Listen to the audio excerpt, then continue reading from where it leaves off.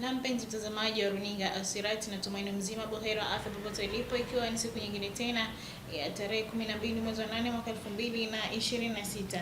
Siku ya leo tuna mazungumzo ambayo kwamba ni ya kina na msingi sana na ugusa maisha yako ewe mtazamaji ya kila siku, kuanzia hali ya kisiasa na kiuchumi inavyoendelea hapa nchini kwetu kwa jumla, na hadi katika maendeleo ya maeneo ya kaunti ya Siaya, ambapo tuko naye gavana mtarajiwa pale wa Siaya Robert Owiti, ambaye yuko hapa kutujuza kwa kina kwa nini anataka kuwania ugavana katika kaunti ile ya Siaya. Mimi nafahamika kama Farda Ali, labda moja kwa moja manake si mgeni, tukianza kukuuliza labda hali hii ya unaionaje hasa ya sasa kuhusiana na uchumi, vile vile changamoto za kimataifa zinaathiri vipi pia wananchi wa hali ile yako ya Siaya kule?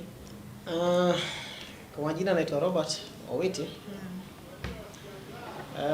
Governor 2027 Siaya County, kwa mapenzi ya Mwenyezi Mungu. Ndio. Kwa maneno ya uchumi pale Siaya, kwa sasa mimi na kwa hivi sasa Tukiangalia kwanza Kenya kwa ujumla kisha ndo tuende katika kaunti. Kenya kwa ujumla uchumi kwa sasa imeboreshwa, iko sawa. Ni vile watu wanaongea kujitafutia maneno ya siasa, lakini kusema kweli uchumi iko sawa. Kwa mfano ukiangalia hiyo miaka ambao tulikuwa na Rais Uhuru Kenyatta. Watu walikuwa ukienda supermarket, mimi nafikia kuna wakati nimeenda supermarket pale na pesa nataka kuchukua unga ya sima, sukari. Ndio. Nilipoingia pale naambiwa unga lazima uchukue utoki na mbili, hata uwe na pesa ngapi. Na ilikuwa gali hivyo, unga iko gali na unaambiwa lazima maximum ni ngapi? Na mbili. Sasa tangu Ruto aingie siasa, aingie kiti. Ile kiti inasaidia mwananchi kusema kweli. Tusipoangalia maneno ya ukabila na nini. Unga haijawahi panda juu. Sukari haijawahi panda juu.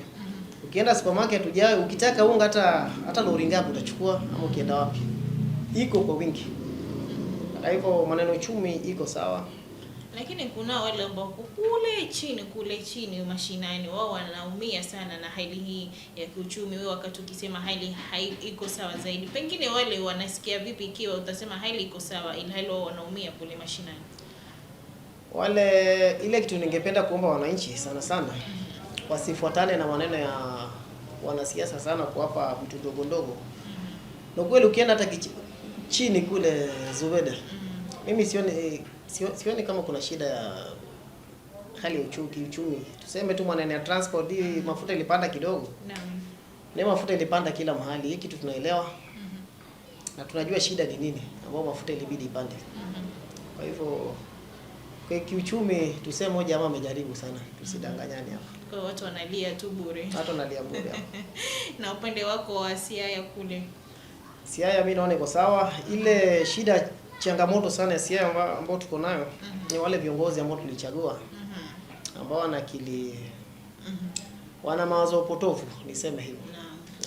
Sasa hali ya nchi inapokuwa labda ngumu, lakini wewe umesema iko sawa, labda wanahitaji viongozi, maana kuna kaunti zingine viongozi ile hali yao iko chini. Si kote ambapo watu wako sawa kifedha nini, lakini wale ambao wako chini na viongozi wao haswa wako yani hawatendi zile haki zao. Je, labda wewe unalizungumzia vipi swala hili kuhusiana na hali hiyo? Na tukirudi katika upande wako wa Siaya, labda fedha za upande wa kule wa county utazilinda vipi wakati iwapo utachaguliwa kama gavana? Mimi fedha nikichaguliwa kama governor Siaya County, hapo najua kama mpenzi ya Mwenyezi Mungu naenda kuipata. Ndio. Raundi hii Siaya wameamua. Wamechoka na wazee.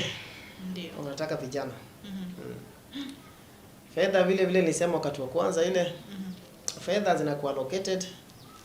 Ile fedha imekuwa allocated iwe ni kwa upande wa hospitali, upande wa agriculture. Hiyo fedha nitakuwa naiangalia kila wakati mpaka ile peni ya mwisho ile imetoka. Vile zinatumika ile.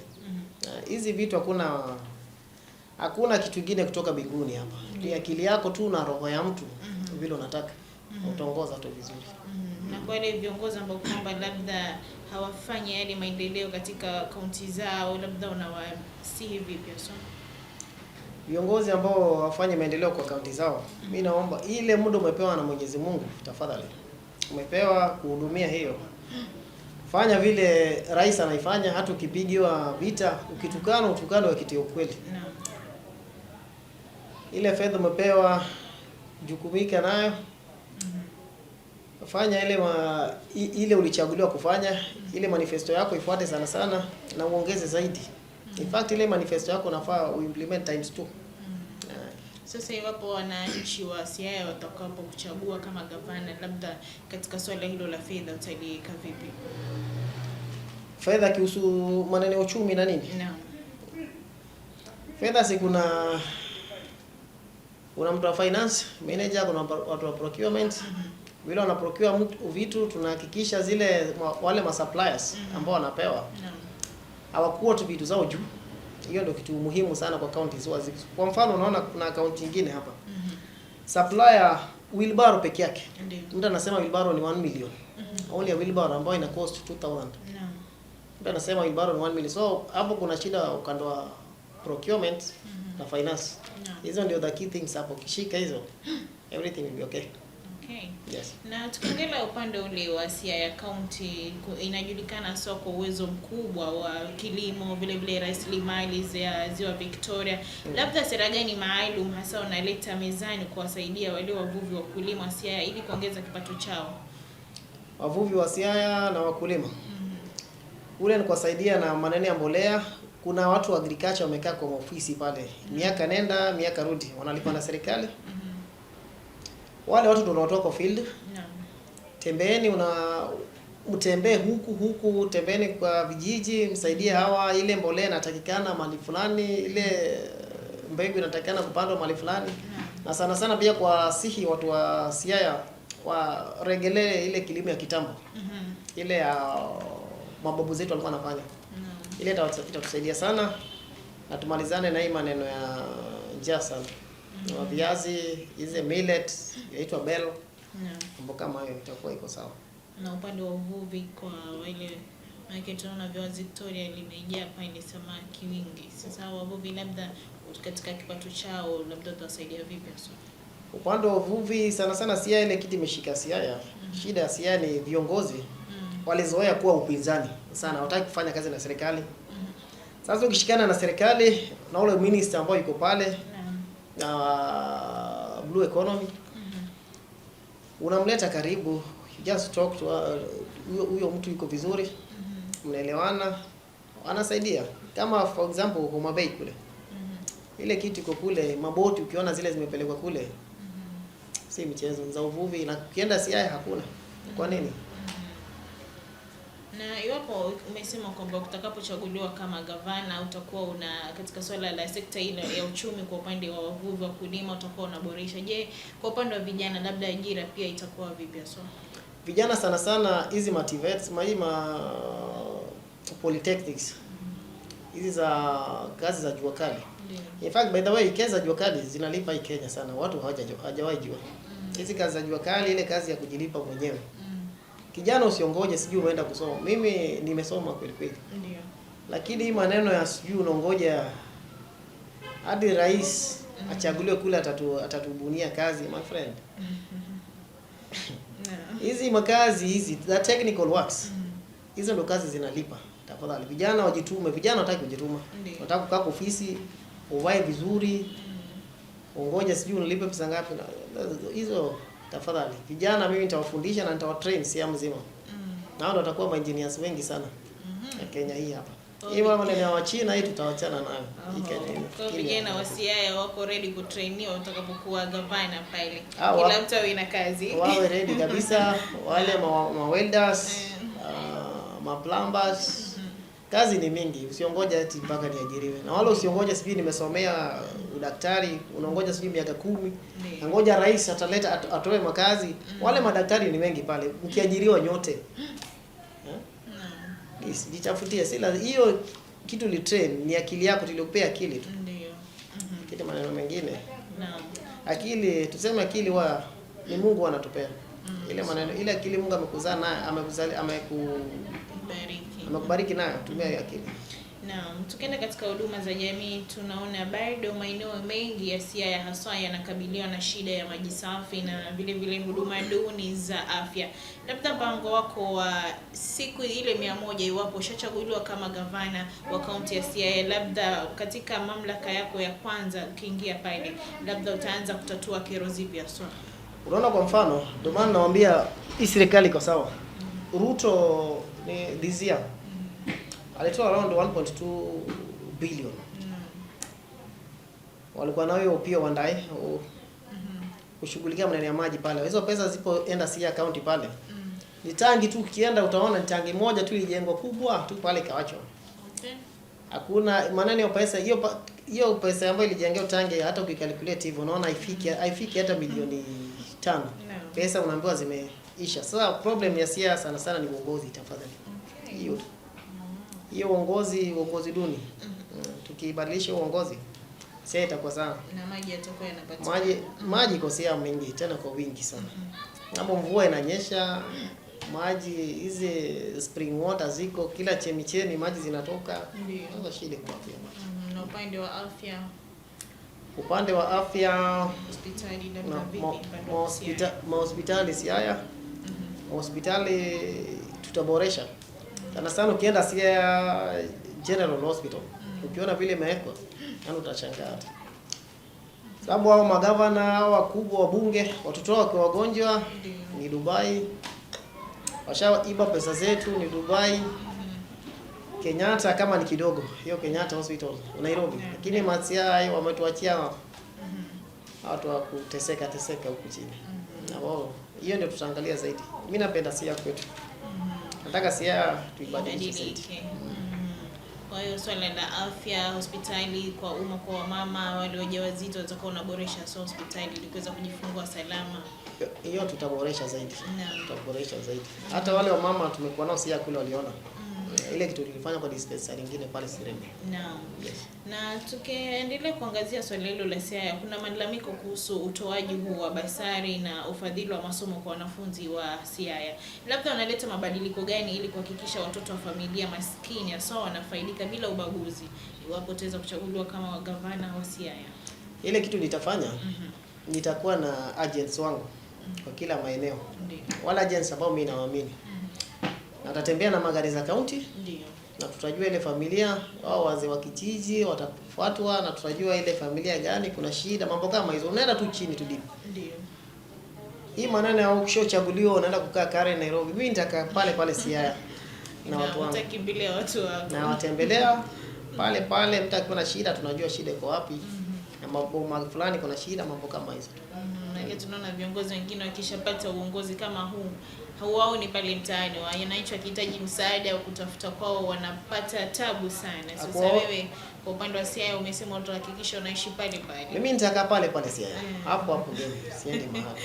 Naam. Yes. Labda kwa sasa ukipata ile fursa ya kuzungumza moja kwa moja na mwana Siaya ambaye kwamba labda anakutizama ama yuko hapa na kuangalia, labda ujumbe gani ambao kwamba utampatia ahisi kwamba wewe ndio kiongozi bora ambaye kwamba ataenda kukutik pale siku ya mwaka 2027 kama gavana? Mimi watu wa Siaya kwanza ninawaomba, mnanijua vizuri kama Ochieng pale. Mimi naomba hii 2027 mniunge mkono. Tutatenda mengi, uongozi ije kwa vijana sana sana watu wa Siaya. Siaya ni kaunti kubwa sana. Ndio. Kaunti ambayo imetoa rais wa Amerika kwa Afrika mzima. Ndio. Ukienda Siaya town hiyo ukitembea hata utaangalia kama kwa kina Obama hiyo. Wakina General Ogola, wakina Raila. Hiyo tutaibadilisha Siaya. Mimi naomba tafadhali watu wa Siaya mnipe kura yenu. Na tutabadilisha hii. Sana na hii nikiendelea sana kidogo tu. Hawa watu wa Siaya wale wazee ambao mshazeeka kama seneta wetu tumeona tayari ashaona amechoka. Tayari ashainua mkono. Sisi tumemshukuru namna hiyo. Orengo vile afuate mkondo huo. Gumbo vile mfuate mkono huo. Tuachie vijana kaunti ya Siaya Sababu nyinyi mambo yenu ishaisha. Mkiisha kama Raila alituacha juzi. Alituacha hakuna kijana hapa. Ama kaanza kupigana hivi. Tafadhali peaneni vijana nafasi na raundi hii itakuwa mchezo. Tutafukuzana hapo Siaya ya kutosha. Hatutakubalia hata kidogo. Na labda kuna mwanasiasa pale ya kutizama. Sasa huyu Robert nimpatie kura na yuko chama gani? Upande wa chama nitaongea. Hapo nipeni muda kidogo tu. Kwa hiyo bado kidogo tu. Hapo nitazungumza. Kwa hiyo endelee tu kusema kwamba Robert yuko tiki lakini bado chama hujajua. Chama bado hatujasema. Yes. Na kwa wale viongozi maki nimekusikia kwamba unataka kugusia viongozi ambao kwamba labda wanaleta ukabila, labda kugawanya nchi. Viongozi ambao wanaleta ukabila sana kama huyu ambao alikuwa impeached juzi. Huyu a very senior village chief Gachagua. Gachagua ni mtu mkembe kabisa. Yaani mtu akili hakuna hata kidogo. Hata ukimfuatilia vitu anaongea. Huwezi kuja kusema idara ya polisi, idara ya askari. Unasema ni magoons. Alafu unaenda kuleta ukabila sababu huyo polisi ambaye alitenda hiyo kitu ni kabila yake na rais ni moja. Sasa unaanza kuweka hawa kabila wote. Polisi wote wanachafulia jina. Kwa mfano Rigathi Gachagua vile alifanya tabia zake mbovu. Wakikuyu wote hawakuwekwa hapo. Ni yeye peke yake. Kwa hivyo hii maneno ya kuchafua jina ya maaskari wetu. Ndio. Hata shida ikitokea nchi nyingine kama wakati ile maafisa wetu walitumwa kule Haiti. Wakitumwa kule wale watu Haiti watakuwa nasema ni magunzi wametumwa huko. Tafadhali. Hiyo Gachagua mpaka mimi naomba Mr. Murkomen na sikuomba Mr. Murkomen na DCI tafadhali. Gachagua is not above the law. Asisi hivi karibuni we will mobilize. Kama huwezi arrest Gachagua na ukamweka ndani. Hii Kenya tafadhali haitakuwa sababu hatuwezi endelea namna hiyo tafadhali. Yes, mimi naomba hivyo. Okay. Yes. Labda kitu gani ambacho kwamba unataka kuongezea kuhusiana na swala hilo wewe kama gavana mpya mtarajiwa wa Siaya? Ile kama gavana mtarajiwa wa Siaya naomba atakuwa tafadhali kwa viongozi ambao wamechaguliwa tafadhali. Ulimi ni kitu mzuri na inakuwa kitu mbaya sana. Ile kitu unajaribu kuchunga ile vitu zinatoka kwa mdomo yako. Kufungua mdomo vile Gachagua anafungua sababu yasha fail. Hana future. Na wale watu wanamsupport kama Orengo kwa mfano Orengo wangu governor Siaya. Ule hana future kesho. Labda leo peke yake lakini kesho Orengo ana future hata kidogo. Ule ni mtu ameisha, sasa nataka kuleta Wajaluo chini kule kutokana maneno hiyo, si hatutakubaliana na yeye tafadhali. Na kitu naomba sana Mr. Rais, Mr. Murkomen, CS Interior na DCI. Gachagua tafadhali, ikiwezekana within 72 hours. Huyu amejibu hii maswali. Vile Raila alikufa, anakuwa kitaja kila siku. Ogola vile aliuawa anajua hizo maneno. Tafadhali huyu jamaa shikwe na tuambie ukweli. Sababu tuna uchungu sana kwa kifo ya Raila. Na kwa anachezeaga maneno ya Raila. Si we know Raila died kwa kifo yake. Mbona hatukuuliza maneno sibi Kibaki alikufa na kifo gani? Nani aliua Kibaki? Mbona atutie uchungu? Ndio. Huyu jamaa ni mjinga sana huyu mtu. Na iwapo utakuwa gavana, je, labda uko na nia nyingine ya kuwa president wa nchi? Maana naona kwamba ni mtu ambaye kwamba anahitaji maendeleo ndani ya nchi yetu hii ya Kenya. Kwa uwezo wa Mwenyezi Mungu, kwanza mimi nilikuwa naomba hii Siaya niende tamu moja tu. Tamu moja mimi nitashikana na viongozi kama Joho pale Mombasa hapa. Joho ni mtu mzuri, hakuna akili mzuri. Na yule na hakuna akili ya uongozi. Tutashikana na wale kidogo si wale wa kununuliwa kama kina Sifuna. Na tuendelee mbele. 2032 hapo tuone maneno ya serikali kuu vile inakuwa. Na nikiongezea kidogo madam, hii chama ambayo inaitwa Linda Mwananchi ambayo juzi wameenda kusajili juzi ikakataliwa. Hii chama si ati ni maneno ya kina Sifuna. Tushaifuatilia vizuri. Hii chama imebuniwa na Kikuyu hooligans. Nia yao ilikuwa maneno ya kugawanya Waluya, Wajaluo sana sana ilikuwa Waluya na Wajaluo na kupiganisha wapigane na serikali. We know it very well. Na tushawasoma. Hatutawafuata. Sifuna kama unaweza rudi nyuma, we rudi nyuma, tutakukaribisha kwa bomba. Lakini ukiendelea hivyo my friend, umeisha kisiasa. Umeisha. Mimi nakwambia utanipea mkono hivi karibuni. Umeisha. Yes. Okay, naona tumeweza kukamilisha. Labda kuna maoni yako ya mwisho kama gavana kule Siaya, watarajie nini wakazi wako kule tumalize kipindi? Siaya, tafadhali mtarajie mambo mazuri sana Siaya pale. Ile Siaya tutarenjinia ile Siaya tafadhali. Barabara vile ziko umejaa matope. Mnaziona mahospitali, manyumba zitajengwa nzuri za kifahari, si kama hizo nyumba mnaona Siaya town mkiingia tafadhali. Tutaibadilisha Siaya itakuwa mzuri kwa uwezo wa Mwenyezi Mungu. Mimi naamini Mungu. Yes. Naam, mtazamaji, natumaini umeweza kumsikia ama umeweza kusikia mazungumzo haya mazito. Tumeweka maoni mazuri hasa na sera na mtazamo wa Hon Robert Otieno ambaye kwamba anawania ugavana katika kaunti ile ya Siaya. Natumaini wakazi wa Siaya wameweza kumsikia bwana Robert. Hivyo basi amesema kwamba mabadiliko yatakuja iwapo mtamchagua kama gavana wa mwaka 2027. Hivyo basi tunapaswa kuchagua viongozi bora wala sio bora kiongozi. Nasema shukrani sana Robert, mimi nakutakia kila laheri katika kampeni yako hiyo. Bado hujasema chama gani? Kwa watu wategee tu. Chama itakuja. Itakuja. Sasa mtazamaji, mimi nasema shukrani na kwaheri kwa sasa.